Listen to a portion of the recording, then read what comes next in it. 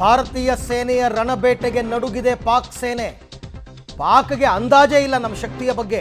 ಯುದ್ಧಕ್ಕೆ ಹೋಗಲು ಪಾಕ್ ಸೈನಿಕರು ಹಿಂದೇಟು ಹಾಕ್ತಾ ಇದ್ದಾರಂತೆ. ಇಂಥದ್ದು ಒಂದು ದೇಶ ಅಂತಾರ. ಭಾರತದ ದಾಳಿಗೆ ಬೆಚ್ಚಿ ಬೆರಗಾಗ್ಬಿಟ್ಟಿದೆ ಪಾಕಿಸ್ತಾನ. ಅದಕ್ಕೆ ಅಜಿತ್ ದೋವಲ್ ನಿನ್ನೆ ಟ್ವೀಟ್ ಮಾಡಿದ್ದು, ಇನ್ನು ಮುಂದಕ್ಕೆ ಪಾಕಿಸ್ತಾನ ಒಂದು ದೇಶನೇ ಅಲ್ಲ ಅಂತ. ಯುದ್ಧಕ್ಕೆ ಹೋಗಲ್ಲ ಅಂತ ಹೆದರಿ ಕೂತಿದೆ ಪಾಕ್ ಸೇನೆ. ಆದರೆ ಅಲ್ಲಾ ನಿಮ್ಮ ಜೊತೆಗಿದ್ದಾನೆ, ಅವ್ರನ್ನ ಹುರಿದುಂಬಿಸುವ ಕೆಲಸ. ಹೆದರಿದ ಸೈನಿಕರಿಗೆ ಸೇನಾ ಮುಖ್ಯಸ್ಥ ಮುನೀರ್ ಅವ್ರನ್ನ ಮತ್ತಷ್ಟು ಉತ್ಸುಕತೆಯಿಂದ ಕಳಿಸೋದಕ್ಕೆ ಪ್ರಯತ್ನ. ಭಾರತೀಯ ಸೇನೆಯ ರಣಬೇಟೆಗೆ ನಡುಗಿದೆ ಪಾಕ್ ಸೇನೆ. ಇದು ಒಂದು ದೇಶ ಅಂತಾರ ಇದನ್ನ. ಸೈನಿಕರು ಯುದ್ಧಕ್ಕೆ ಹೋಗಲ್ಲ ಅಂತ ಕೂತಿದ್ದಾರೆ ಅಂತಂದ್ರೆ ಏನರ್ಥ? ಅದ್ರ ಬದಲು ಸರೆಂಡರ್ ಅಂತ ಒಪ್ಕೊಂಬಿಡಿ, ನಮ್ಮಿಂದ ಇನ್ನೂ ಯುದ್ಧ ಮಾಡೋಕ್ಕಾಗಲ್ಲ ಅಂತ. ಭಾರತ ಶಾಂತಿಪ್ರಿಯ ರಾಷ್ಟ್ರ, ಭಾರತ ಕೂಡ ನಿಲ್ಲಿಸುತ್ತೆ. ನಮ್ಮ ಹೊಡೆತವನ್ನು ನಿಮ್ಮ ಕೈಲಿ ತಡ್ಕೊಳಕ್ಕಾಗಲ್ಲ.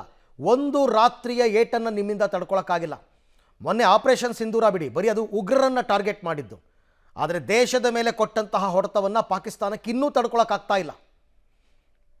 ಈ ಬಗ್ಗೆ ಮತ್ತಷ್ಟು ಮಾಹಿತಿ ನನ್ನ ಕೊಲೀಗ್ ಪವಿತ್ರ ಅವರಿಂದ ಪಡ್ಕೊಳ್ಳೋಣ. ಪವಿತ್ರ, ಒಂದು ದೇಶದ ಸೈನಿಕರು ಹೆದರಿ ನಾನು ಯುದ್ಧಕ್ಕೆ ಹೋಗಲ್ಲ ಅಂತ ಕೂತಿದ್ದಾರೆ ಅಂತಂದರೆ ಅದು ಸೋಲನ್ನು ಒಪ್ಪಿಕೊಂಡಂತೆ.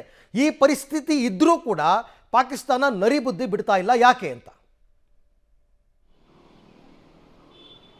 ಸೈನಿಕರು ಹೋಗ್ಲಿ ಅರವಿಂದ್, ಸ್ವತಃ ಪ್ರಧಾನಿಯೇ ಬಂಕರ್ ಸೇರ್ಕೊಂಡಿದ್ದಾರೆ, ನಾಪತ್ತೆಯಾಗಿದ್ದಾರೆ ಅನ್ನುವಂಥದ್ದಾದ್ರೆ ಒಂದು ದೇಶದ ಪರಿಸ್ಥಿತಿ ಯಾವ ರೀತಿ ಇರುತ್ತೆ? ಭಾರತದ ಪ್ರಧಾನಿ ಸಭೆಯ ಮೇಲೆ ಸಭೆಯನ್ನು ನಡೆಸ್ತಾ ಇದ್ದಾರೆ. ಭಾರತದ ಗಡಿ ಭಾಗದಲ್ಲಿ ಯಾವ ರೀತಿ ಭದ್ರತೆಯನ್ನು ತೆಗೆದುಕೊಳ್ಬೇಕು, ಆಪರೇಷನ್ ಸಿಂಧೂರದ ಮುಂದುವರಿದ ಭಾಗವನ್ನು ಯಾವ ರೀತಿ ತೆಗೆದುಕೊಂಡು ಹೋಗಬೇಕು ಅನ್ನುವಂತಹ ಸಭೆಗಳು ಭಾರತದಲ್ಲಿ ಆಗಿದೆ. ನಾಗರಿಕರ ರಕ್ಷಣೆಯನ್ನ ಯಾವ ರೀತಿ ಮಾಡಬೇಕು ಅನ್ನುವಂತಹ ನಿಟ್ಟಿನಲ್ಲಿ, ಜೊತೆಗೆ ರಕ್ಷಣಾ ವಲಯದಲ್ಲಿ ಯಾವ ರೀತಿ ಆಗಬೇಕು ಅನ್ನುವಂತಹ ನಿಟ್ಟಿನಲ್ಲಿ ಇವತ್ತು ಮತ್ತೆ ಸಭೆ ನಡೆಸ್ತಾ ಇದ್ದಾರೆ. ಆದರೆ ಪಾಕ್ನ ಪ್ರಧಾನಿ ಮಾತ್ರ ಬಿಲ ಸೇರ್ಕೊಂಡಿದ್ದಾರೆ ಅನ್ನುವಂತಹ ಮಾಹಿತಿ ಇದೆ. ಅಷ್ಟೇ ಅಲ್ಲ, ಪಾಕ್ನ ಸೇನೆಯ ಅಧಿಕಾರಿ ಕೂಡ ನಾಪತ್ತೆಯಾಗಿದ್ದಾರೆ. ಸೊ ಟೋಟಲ್ ಆಗಿ ಮೊನ್ನೆ ಒಂದು ವಿಡಿಯೋದಲ್ಲಿ ಪಾಕ್ ಸಚಿವರೊಬ್ಬರು ಮಾತನಾಡ್ತಾ ಇದ್ರು, ಭಾರತದ ಫೈಟರ್ ಜೆಟ್ ಅನ್ನ ಉರುಳಿಸಿದೀವಿ ಅನ್ನೋದಕ್ಕೆ ಸಾಕ್ಷಿ ಏನಿದೆ ಅಂತ ಕೇಳಿದಾಗ ಅದು ಸೋಷಿಯಲ್ ಮೀಡಿಯಾದಲ್ಲಿದೆ ಅನ್ನುವಂತಹ ಮಾತನ್ನ ಪಾಕ್ ಸಚಿವರ ಬಾಯಲ್ಲಿ ಕೇಳ್ತಾ ಇದ್ದಾರೆ. ಅಂದ್ರೆ ಇವರು ಎಷ್ಟು ಗಂಭೀರವಾಗಿದ್ದಾರೆ ಅನ್ನುವಂಥದ್ದೇ ಇದರಿಂದ ಗೊತ್ತಾಗ್ತಾ ಇದೆ.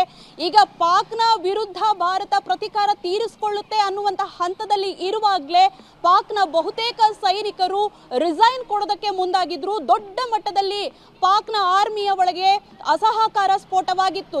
ಜೊತೆಗೆ ಪಾಕಿಸ್ತಾನದವರು ತುರ್ತಾಗಿರುವಂತಹ ಒಂದು ನೋಟಿಸ್ ಅನ್ನ ಕೊಟ್ಟರು, ಯಾರು ರಾಜೀನಾಮೆ ಕೊಡುವಂತಿಲ್ಲ ಅನ್ನುವಂತಹ ನಿಟ್ಟಿನಲ್ಲಿ ಒಂದು ಸುತ್ತೋಲೆಯನ್ನ ಹೊರಡಿಸಿದ್ರು. ಸೊ ಟೋಟಲ್ ಆಗಿ ಒಂದು ಕಡೆಯಿಂದ ಭಾರತ ಏಟನ್ನ ಕೊಡ್ತಾ ಇದೆ, ಭಾರತದ ಏಟನ್ನ ತಡೆದುಕೊಳ್ಳೋದಕ್ಕೆ ಸಾಧ್ಯ ಇಲ್ಲ. ಇನ್ನೊಂದು ಕಡೆಗೆ ಬಲೂಚಿಸ್ತಾನದ ಲಿಬರೇಷನ್ ಆರ್ಮಿ ಅವರು ಕೂಡ ಏಟನ್ನ ಕೊಡ್ತಾ ಇದ್ದಾರೆ, ಸೇನಾ ವಾಹನವನ್ನ ಧ್ವಂಸಗೊಳಿಸ್ತಾ ಇದ್ದಾರೆ. ಈಗ ಅಂತೂ ಪಾಕಿಸ್ತಾನ ಕಂಪ್ಲೀಟ್ ಆಗಿ ಪುಡಿ ಪುಡಿಯಾಗಿದೆ. ಏರ್ ಡಿಫೆನ್ಸ್ ಸಿಸ್ಟಮ್ ಅನ್ನೇ ಭಾರತ ಹೊಡೆದು ಹಾಕಿದೆ ಅಂತ ಅಂದ್ರೆ ಪಾಕಿಸ್ತಾನದ ಪ್ರಮುಖ ನಗರ, ಪ್ರಧಾನಿಯ ನಿವಾಸದ ಅಕ್ಕಪಕ್ಕದ ನಗರಗಳು ಸೇರಿದಂತೆ ಲಾಹೋರ್ ಆಗಿರ್ಬೋದು, ಕರಾಚಿ ಆಗಿರ್ಬೋದು, ಇಸ್ಲಾಮಾಬಾದ್ ಎಲ್ಲವೂ ಕೂಡ ಕಂಪ್ಲೀಟ್ ಆಗಿ ನಾಶವಾಗಿದೆ. ಪಾಕಿಸ್ತಾನದ ಅನೇಕ ಸಿಟಿಗಳಲ್ಲಿ ದೊಡ್ಡ ಮಟ್ಟದ ಡ್ಯಾಮೇಜ್ ಆಗಿದೆ.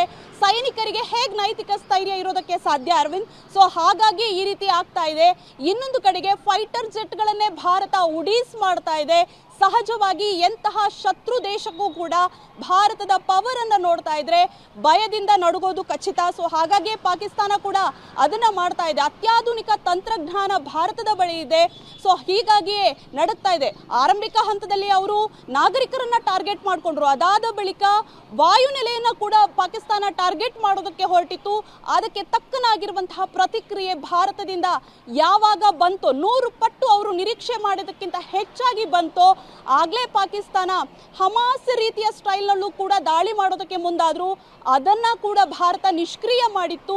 ಸೊ ಹಾಗಾಗಿ ಪಾಕಿಸ್ತಾನ ಅಂತೂ ಕಂಪ್ಲೀಟ್ ಆಗಿ ಈಗ ಮಂಡಿ ಊರಿ ಬೀಳುವಂತಹ ಪರಿಸ್ಥಿತಿಯಲ್ಲಿ ಇದೆ.